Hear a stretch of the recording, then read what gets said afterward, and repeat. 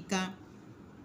Hakikisha unakubali kubadilika ili kuhakikisha unajengeka na kuwa mwanamke wa thamani. Kitu kingine, penda mafundisho. Hakikisha unapenda kujifunza. Mafundisho au maarifa haya yanatujenga, yanatubadilisha. Neno la Mungu linasema watu wangu wanaangamizwa kwa kukosa maarifa. Unaangamia kwa kukosa maarifa. Kwa hiyo Mungu ametupa maarifa sasa hivi. Mitandao ipo.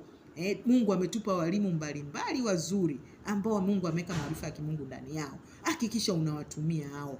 Sikiliza maarifa. Soma.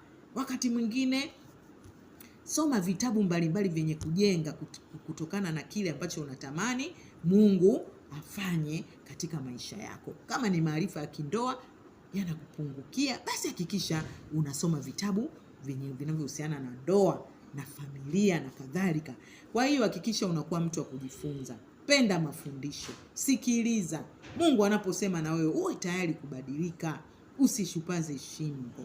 Mungu atusaidie sana wanawake. Kitu kingine, kujithamini.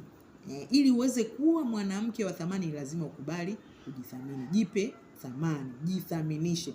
Ukijithamini wewe na watu watakuthamini. Jambo jingine, hakikisha unampa Mungu nafasi. Mpe nafasi Mungu. Mpe nafasi ya kwanza. Anapokukemea, acha kukemee. Anapokuonya, kubali maonyo. Anapokufinyanga, kubali changamoto hizo jamani.